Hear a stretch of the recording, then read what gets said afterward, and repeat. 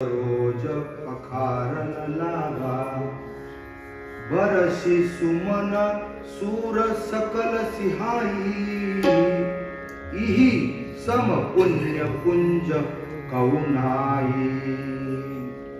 केवळ आणि आपल्या सगळ्या लहान मुलांना आपल्या पत्नीला घेऊन केवळ कुठं पोचला?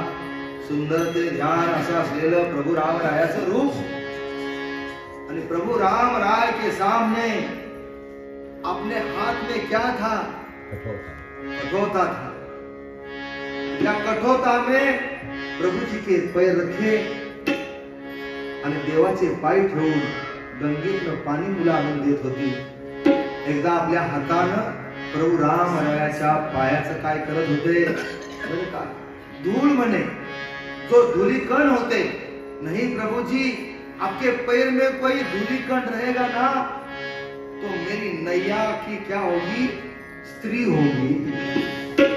मेरी नैया की स्त्री होगी। एक घर में मेरी तो स्त्री है और वही स्त्री का जो मन का जो भी कोई मांग है वो पूरी करते करते सुबह से रात तक जो भी कोई मेहनत करता हो, कष्ट करता हो, कष्ट उठाता हो, वही पूरा नहीं होता। अभी एक दूसरी स्त्री मेरी नैया का स्त्री हो तो दूसरी स्त्री का मैं उसको कैसा संभाल सकूं? तो मैं आपके पैर मेरे नैया को वैसे नहीं लगा दूंगा। उसका जो कण है, रज है, वो मैं हर रज निकाल कर रहूंगा। मनामध्ये मात्र भाव होता। काय भाव होता? पाद्य पूजा करायची होती।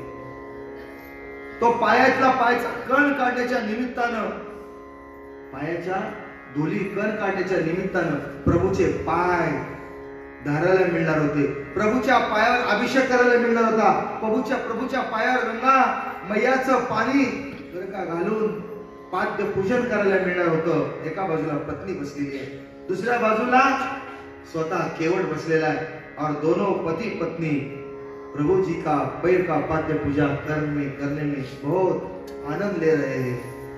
आणि आपल्या मुलांना घेऊन ती पाद्य पूजा झाल्यानंतर लक्ष्मण मात्र असा उभा राहिलेला। आता हा कधी बाबा उरकतो? लक्ष्मण क्या देख रहा है? ये जो कर रहा है असा गोरा मोरा झालेला, आधीच गोरा आणि मग मला सांगितलं मी तो गोरा मोरा अजून गोरा मोरा होत होता। अरे बाबा तो उरक ना, माझे पाय दुखू लागलेले आहेत, तुझे एकदा हे काय धुलिकण आहेत ते काढून घे। पण केवट मात्र पाय बरं का अतिशय भगवंताचे पायाचं काय करतोय बरं का, पाद्य पूजन करतोय। अतिशय कृतज्ञतेनं प्रभूचे पाय धरून राहतोय। असं वाटतं केवटाला की हेच पाय सतत धरून राहावं, की त्या पायांना स्पर्श करण्याची संबंध हयात घालवली। राम राम राम श्री राम जय